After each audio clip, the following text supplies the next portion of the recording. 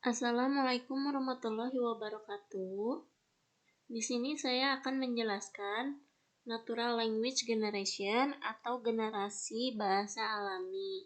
Nah, pertama-tama saya perkenalkan diri dulu. Nama saya Shenina Idral Fadila. NIM saya 101118406.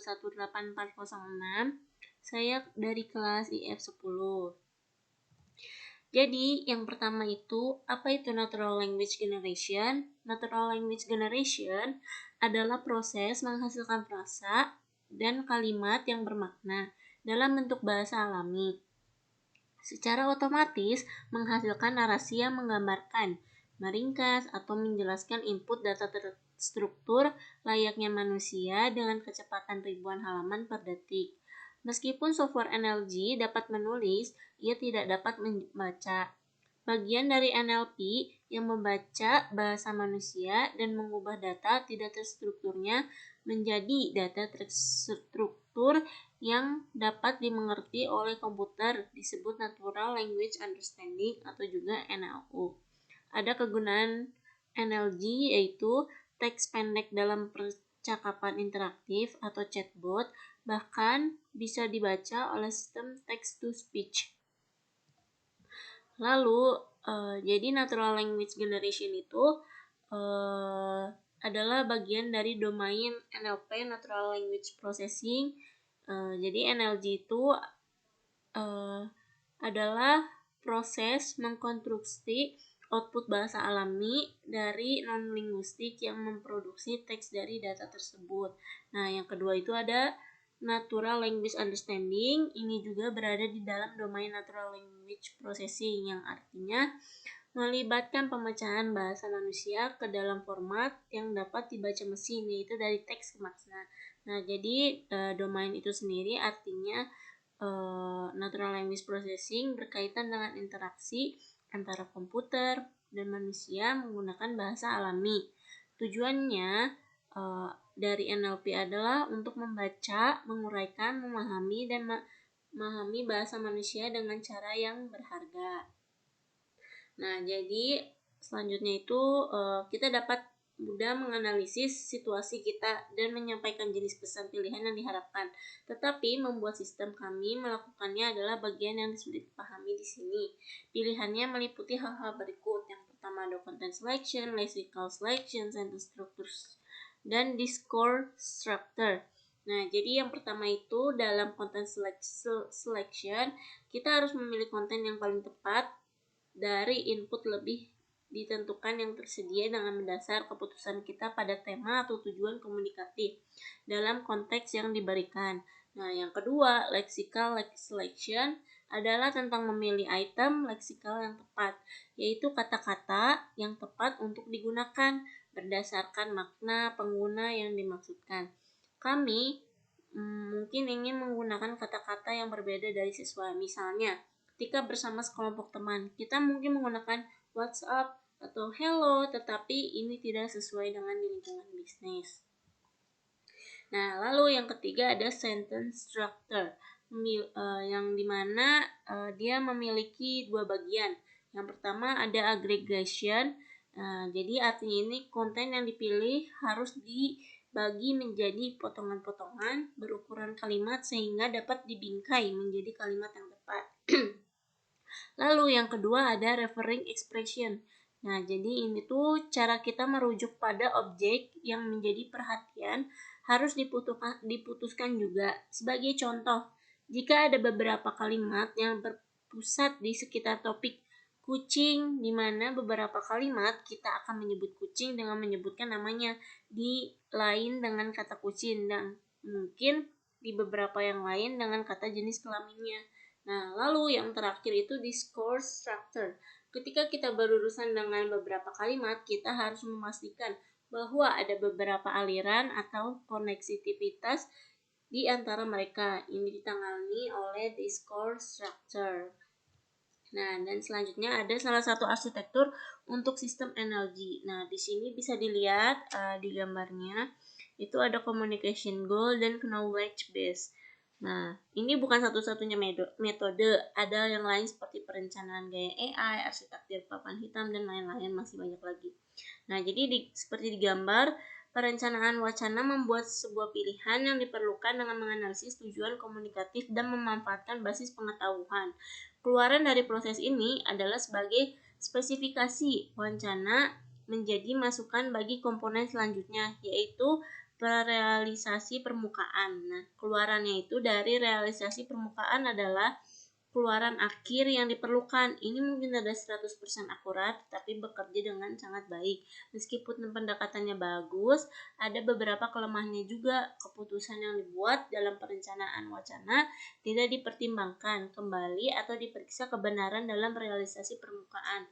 Batas yang tepat antara perencana wacana dan orang yang menyadari permukaan tidak begitu jelas. Jadi itu tentang pengandalan generasi bahasa alami, arsitektur untuk sistem natural language generation. Nah, selanjutnya itu ada algoritma atau model natural language generation. Sistem NLG menggunakan template untuk menghasilkan teks. Seiring waktu, sistem generasi bahasa alami telah berevolusi dengan penerapan Hidden Markov Chain, Recurrent Neural Network atau RNN, dan Transformer, memungkinkan generasi teks yang lebih dinamis secara real-time. Nah, jadi kita pahami nih penerapannya. Yang pertama itu Markov Chain.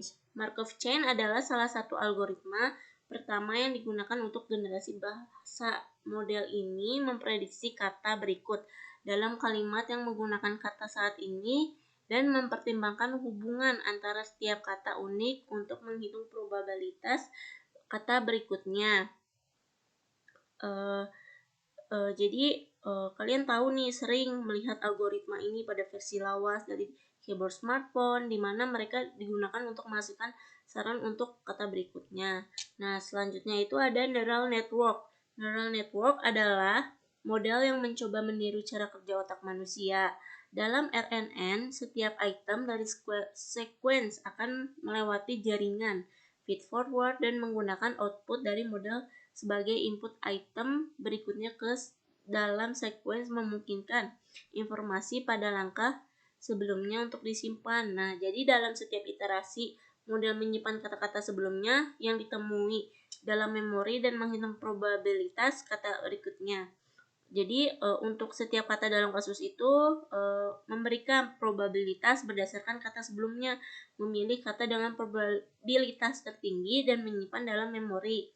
Nah, jadi memori RNN ini membuat model sangat ideal untuk generasi bahasa karena itu bisa mengingat histori suatu konteks setiap saat.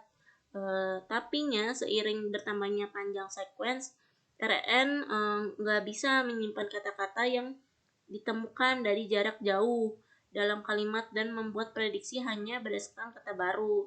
Jadi keterbatasan ini nih, RNN tidak menghasilkan kalimat panjang yang koheren. Nah, jadi terus selanjutnya ada LSTM atau Long Short Term Memory. Jadi ini tuh merupakan salah satu jenis dari Recurrent Neural Network di mana dilakukan modifikasi pada RNN dengan menambahkan memori sel yang dapat menyimpan informasi untuk jangka waktu yang lama. Jadi long short term memory ini untuk mengatasi masalah dependensi yang jaraknya jauh. Varian RNN yang disebut juga long term memory diperkenalkan. Meskipun mirip dengan RNN, model ini menyertakan neural network 4 lapis. Jadi LSTM ini ada 4 bagian. Yang pertama ada input, ada unit, ada gate, ada output gate, dan forgot gate. Ini juga memungkinkan RNN untuk mengingat atau melupakan kata-kata pada interval waktu manapun dengan menyesuaikan aliran informasi dari unit. Ketika suatu titik ditemukan, forgot gate mengenali bahwa konteks kalimat dapat berubah dan dapat mengabaikan informasi status unit saat ini. Hal ini memungkinkan network untuk secara selektif melacak informasi yang relevan, sementara meminimalkan masalah vanishing gradient yang memungkinkan model untuk mengingat informasi dalam jangka waktu yang lebih lama. Nah, tapinya masalah di LSTM itu terbatas, ada beberapa ratus kata karena jalur sekuensialnya yang kompleks dari unit sebelumnya ke unit saat ini. Jadi kompleksitas ini menyebabkan dibutuhkannya daya komputasi yang tinggi yang membuat LSTM ini sulit untuk dilatih secara paralel. Dan yang terakhir itu ada transformer. Transformer merupakan model berdasarkan encoder-decoder yang terdiri dari tumpukan encoder untuk memproses input dengan panjang berapapun dan tumpukan decoder untuk mengoutput kalimat yang dihasilkan. Jadi model relatif baru yang pertama diperkenalkan itu di Google Paper tahun 2017. Attention is all need. Dari paper tersebut mengusulkan metode baru yang disebut self attention. Berbeda dengan LSTM, transformer hanya melakukan sejumlah kecil step yang konstan sambil menerapkan mekanisme self attention yang secara langsung mensimulasikan hubungan antara kata dalam sebuah kalimat. Tidak seperti model sebelumnya, transformer itu bisa menggunakan representasi semua kata dalam konteks tanpa harus mengompres semua informasi menjadi representasi tunggal dengan panjang. Menggunakan kalimat lebih panjang, meroketnya daya komputasi yang diperlukan. Nah, jadi selanjutnya ini ada contoh natural language generation. Dalam penelitian Cahyawijaya yang saya sudah melakukan baca-baca itu mengenai benchmark NLG dalam bahasa Indonesia. Downstream task atau topik pada NLG dapat dibagi menjadi 4. Yang pertama itu ada machine translation, text summarization, question answering, dan chit chat. Penelitian ini menggunakan model bahasa state of the art dalam NLG BRT yang berdasarkan model transformernya. Nah, yang pertama itu machine translation dapat memahami bahasa alami menerjemahkan ke dalam bahasa alaminya yang lain.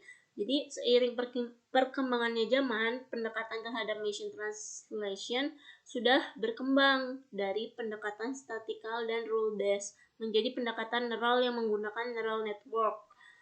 Machine translation juga melahirkan model encoder-decoder dengan atensi yang mana merupakan dasar dari model-model state of the art di bidang NLG. Untuk datasetnya sendiri sudah terdapat banyak sumber yang dapat digunakan. Nah, terus yang kedua itu ada text summarization.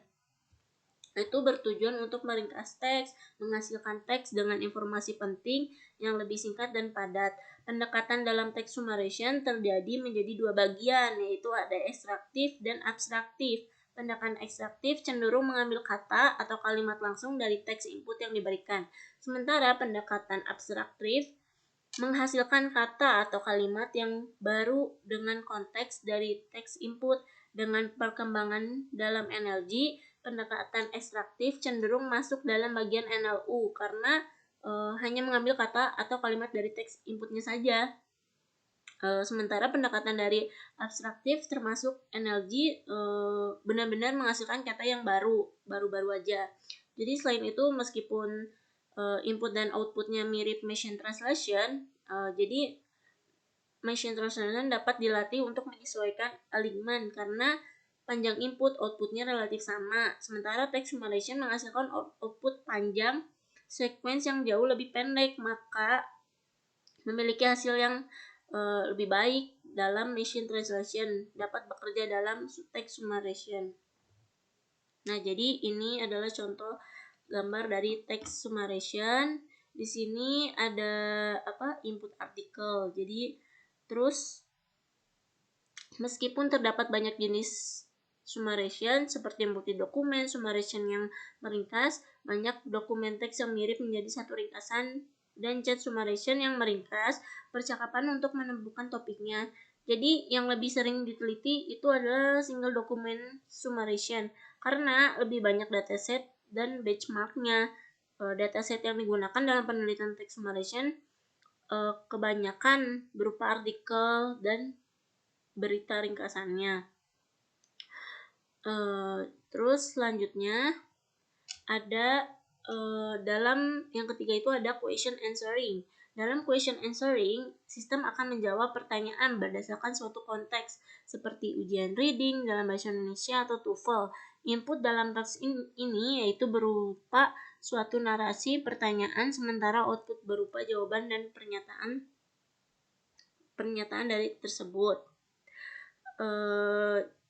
Jadi sama seperti text summarization, terdapat pendekatan ekstraktif yang mengambil jawaban dari narasi dan pendekatan abstraktif yang menghasilkan jawaban yang benar-benar baru. Nah, jadi untuk si datasetnya ini sendiri itu seperti belum terdapat dataset bahasa Indonesia yang cukup untuk digunakan sebagai benchmark, sehingga menggunakan dataset sehingga multilingualnya mengcoveri bahasa Indonesia. Nah, jadi ini gambarnya contoh dari question answering gitu. Terus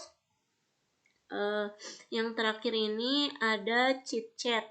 Jadi chit chat itu mirip seperti question answering. Dalam teks ini sistem akan menjawab atau membalas chat. Perbedaannya itu di chit chat itu nggak perlu konteks yang untuk membalas chat. Jadi konteksnya yang didapat itu dari histori percakapan yang udah ada. Jadi sistem ini tuh dilatih dengan input yang berupa percakapan dan historinya kemudian output berupa balasan dari percakapan tersebut. Meski tidak diperlukan suatu konteks bagi sistem untuk membalas percakapan, terdapat penelitian yang menggunakan konteks. Jadi salah satunya berupa kepribadian. Jadi inputnya yang berupa dialog akan ditambahkan konteks yang digunakan untuk menghasilkan balasan yang diharapkan. Nah, jadi menggunakan dataset multilingual dengan konteks berupa kepribadian, salah satu produk dari penelitian yaitu chatbot yang banyak digunakan oleh perusahaan. Nah, jadi terlepas dari topik dalam energi, model-model energi juga terkenal dalam kesulitan evaluasinya. Metrik-metrik otomatis yang ada tidaklah cukup untuk mempresentasikan performa sebenarnya dari model yang menghasilkan bahasa manusia. Maka dari itu banyak penelitian yang melibatkan manusia, terutama yang dalam bidangnya untuk mengevaluasi bahasa yang dihasilkan. Nah, jadi begitu penjelasannya. Lalu ada kesimpulan. Jadi NLG itu merupakan suatu bidang yang belakangan ini mendapatkan perhatian kembali dengan adanya model lebih canggih seperti GPT-2. Penelitian dalam bidang ini di Indonesia juga mulai berkembang dengan adanya penelitian benchmark. Terlepas dari evaluasi yang sulit, tentunya saja hanya penelitiannya saja, aplikasinya dalam berbagai bidang juga banyak udah digunain sama instansi dan organisasi. Di samping kegunaannya dalam berbagai bidang, model-model ini muncul isu-isu seperti penyalahgunaan model, bahasa yang dihasilkan oleh model juga bisa memiliki bias dalam hal agama, ras, etnis, dan gender yang merupakan topik sensitif, dan banyak penelitian yang memperjuangkan kesetaraannya dalam model tersebut. Nah, jadi itu presentasi dari saya. Maaf apabila banyak kesalahan. Cukup dari saya. Wassalamualaikum warahmatullahi wabarakatuh. Maaf apabila banyak kesalahan. Terima kasih.